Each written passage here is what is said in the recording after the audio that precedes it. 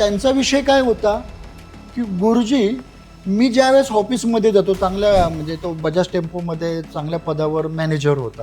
अच्छा. त्याला ते मेसेज पडायचे की तुझ्या घरामध्ये सिलेंडरचं रेग्युलेटरचं झाकण बाहेर पडलेलं आहे. तुझ्या दरवाजावर लिहिलेलं आहे की आज कोणी प्रवेश करू नये. तुझ्या बाईकची गाडी तशीच राहिलेली आहे. तुझ्या घराची खिडकी आहे ती ओपन राहिलेली आहे. असे मेसेज त्याला फॉरवर्ड व्हायचे. तो विचार करायचा की मला हे मेसेज का फॉरवर्ड होतात. तो त्याच्या बायकोला फोन करायचा की खरंच तू पहा बरं सिलेंडरचा रेग्युलेटर निघालेलं आहे का. तर ती बायको पाहायचं तर रेग्युलेटर निघालेलं असायचं. तो म्हणायचा की दरवाजावर काही लिहिलेलं आहे का पाहुणे बरं आपल्या डोरवर. तर दरवाजावर लिहिलेलं असायचं. तो म्हणायचा की गाडीची चावी गाडीला राहिलेली का एकदा बाईकची गाडी पाहुणे बरं ती गाडी चावी.